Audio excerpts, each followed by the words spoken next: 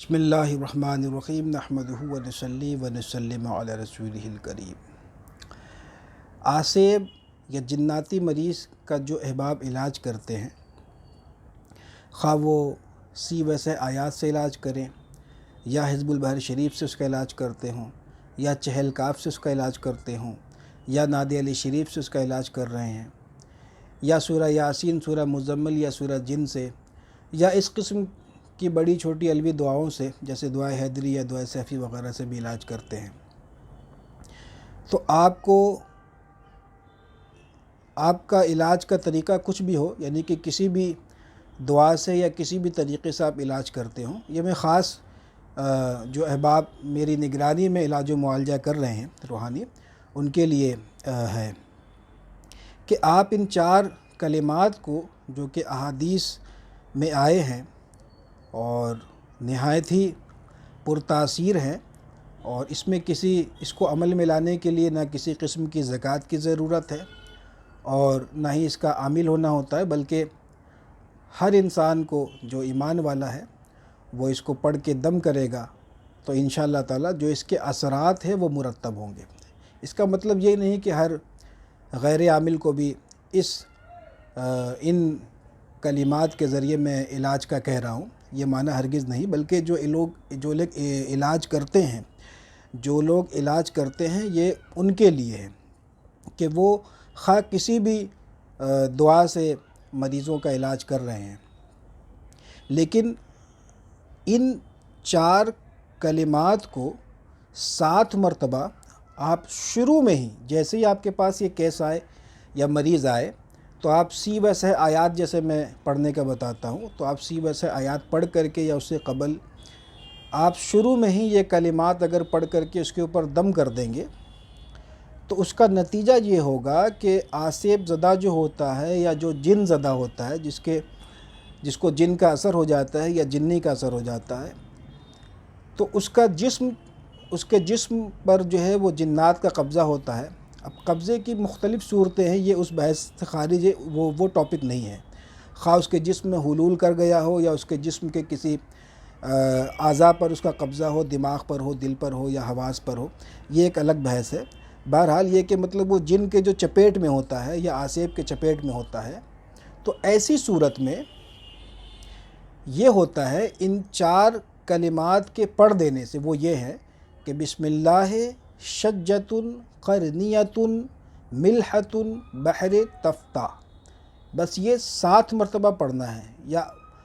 आप 7 मरतबा इकट्ठे पढ़ करके मरीज़ के ऊपर दम कर दें, या हर बार पढ़े और 1 मरतबा पढ़े और दम करें, और इस तरीके से 7 मरतबा दम करें। इसके बारे में हदीस शरीफ में आया है कि ये इन कलिमात के ताल्लुक़ से जिन्नों से अहद लिया गया है कि वो ये कलिमात जब सुनेंगे तो चले जाएंगे, वो दफ़ा हो जाएंगे। तो इसमें कोई शक नहीं है कि वो दफ़ा हो जाता है। अब अलबत्ता ये होता है बहुत सारे केसेस में कि जिन्नात का एक गिरोह होता है, एक के बाद दूसरे के बाद तीसरा, तो फिर आमिल उसको अपने हिसाब से टैकल करता है, इसको कैसे क्या करना है सूरत और मौका महल के एतबार से। इन कलिमात को याद कर लेने का और इसको मामूल बनाने का सबसे बड़ा फ़ायदा ये है, जो मैं आपको अपने तजुर्बे से बताता हूँ, कि सफ़र के दौरान अक्सर आमिलीन को लोग अपने शहरों में लोग बुलाते हैं, तो सफ़र के दौरान जब आप कहीं जाएंगे तो वहाँ पे अगर कोई इस किस्म का आसेबी मरीज़ या मरीज़ा जो आपके पास लाया जाता है, ज़ाहिर सी बात है कि आपके दम करने से फ़ौरन तो उसका इलाज होगा नहीं, तो आप अपने तरीक़े से, जैसे मैं बताता हूँ, हिसार करने के लिए आप हिसार कर दें, फिर जो इलाज का प्रोसेस है वो चलाएँ, तो इंशाअल्लाह ताला बिल्कुल 100% फ़ायदा होता है। जितना भी पुराना आसेब हो वो इंशाअल्लाह ताला निकल जाएगा। उसमें ये जो 4 कलिमात हैं हदीस के, ये बहुत फ़ायदा देते हैं और इससे बहुत रूहानी मदद हासिल होती है।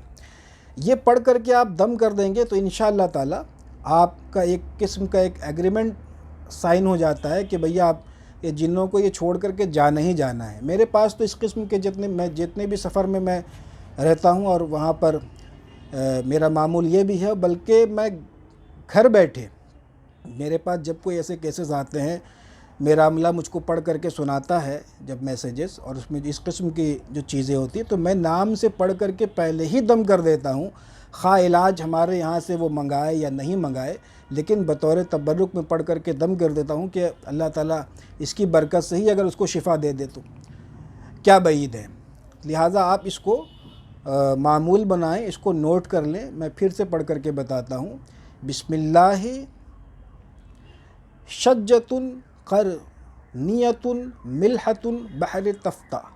یہ کلمات زمانہ جاہلیت میں صحابہ اس سے سانپ ڈسے اور بچھو ڈسے کا دم کرتے تھے، اور اس کے ساتھ ساتھ جو ہے مشروع اور جو ہے وہ آصف زدہ کا بھی علاج کرتے تھے، اور جیسا کہ ہم نے بتایا کہ جنوں سے اس کے تعلق سے عہد لیا گیا۔ تو ان کلمات کو حضور اقدس سید عالم صلی اللہ تعالی علیہ وسلم کے پاس پیش کیا گیا، حضور کے سامنے اس کو پیش کیا گیا، تو حضور نے ان کی اجازت دے دی۔ تو یہ جیسا کہ مشہور ہے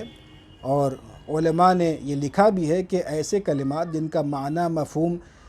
پتہ نہ ہو تو اس کا پڑھنا جائز نہیں ہے، لیکن جس کی اجازت حضور نے خود دے دی تو بلا شبہ اس کا پڑھنا جائز بھی ہے، اور اس کے بے شمار فوائد ہیں، مختصر سا جو میں نے آپ کو بتایا۔ اور اس کو آپ لوگ معمول بنائیں، انشاءاللہ تعالی اسی طریقے سے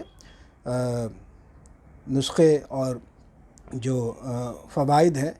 اس کو انشاءاللہ تعالی میں پیش کرتا رہوں گا، اور یہ قسط نمبر 10 الافاق میں اس کو ڈال رہا ہوں، وہاں بھی آپ اس کو دیکھ لیں گے۔